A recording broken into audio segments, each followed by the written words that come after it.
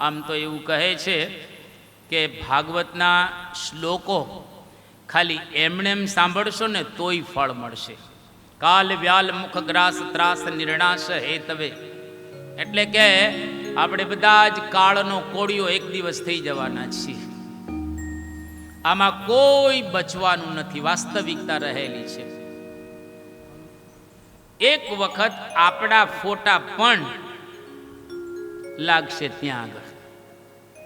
અત્યારે પિતૃઓના લાગેલા છે, બરાબર.